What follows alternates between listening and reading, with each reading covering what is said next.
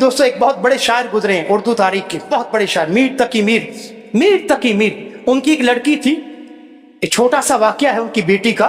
بعض لوگ کہتے ہیں کہ یہ میر تقی میر کا واقعہ نہیں، کسی اور شاعر کا ہے۔ بہرحال واقعے کی نسبت میں ضرور اختلاف ہے، لیکن مشہور یہ ہے کہ میر تقی میر ہی کا واقعہ ہے۔ میر تقی، ان کا ایک بیٹی تھی، بہت بڑی شاعرہ تھی، بیٹی بھی، باپ بھی شاعر، بیٹی بھی شاعر۔ کہتے ہیں کہ انہوں نے اپنی بیٹی کو اتنا جہیز دیا، بیٹی کی شادی بڑی مشکل سے اس نے کیا تھا، بڑی دشواری کے ساتھ، کیونکہ سسرال والوں نے بہت جہیز مانگا تھا، بہت جہیز۔ میر تقی میر نے بچی کے سسرال اتنا جہیز دیا کہ خود روڈ پہ آ گئے، خود کنگال ہو گئے، ہاں، اور بیٹی کو خوب سجایا سوارا، نواز کر جہیز دے کر روانہ کیا، رخصت کیا۔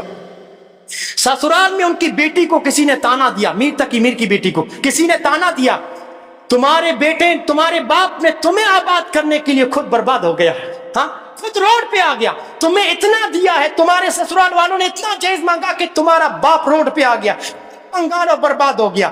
بیٹی بڑی حساس تھی، بڑی حساس تھی، اس صدمے کو برداشت نہ کر پائی، انتقال کر گئی، انتقال کر گئی۔ میر تقی میر کو پتا چلا کہ میری بیٹی انتقال کر گئی۔ بیٹی کے سسرال آئے، سسرال آ کے بیٹی کے جنازے کے اوپر کھڑے ہو کر، بیٹی کی لاش کے اوپر کھڑے ہو کے انہوں نے اس وقت ایک درد بڑا شعر کہا تھا، درد بڑا شعر کہا تھا۔ بیٹی سے مخاطب ہو کے کہا، اب آیا ہے خیال آرام جہاں اس نامرادی میں، اب آیا ہے خیال آرام جہاں اس نامرادی میں، کفن دینا تجھے بھولے تھے ہم اسباب شادی میں، کفن دینا تجھے بھولے تھے ہم اسباب شادی میں۔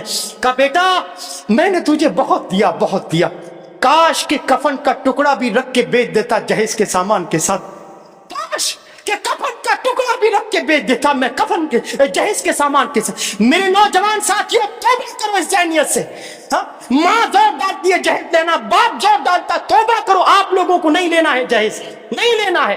یاد رکھنا یہاں ماں باپ کی اطاعت بھی نہیں چلے گی، جہاں اللہ کی فرمان نافرمانی ہو رہی ہو وہاں ماں باپ کی کہنا نہیں ماننا ہے آپ لوگوں کو۔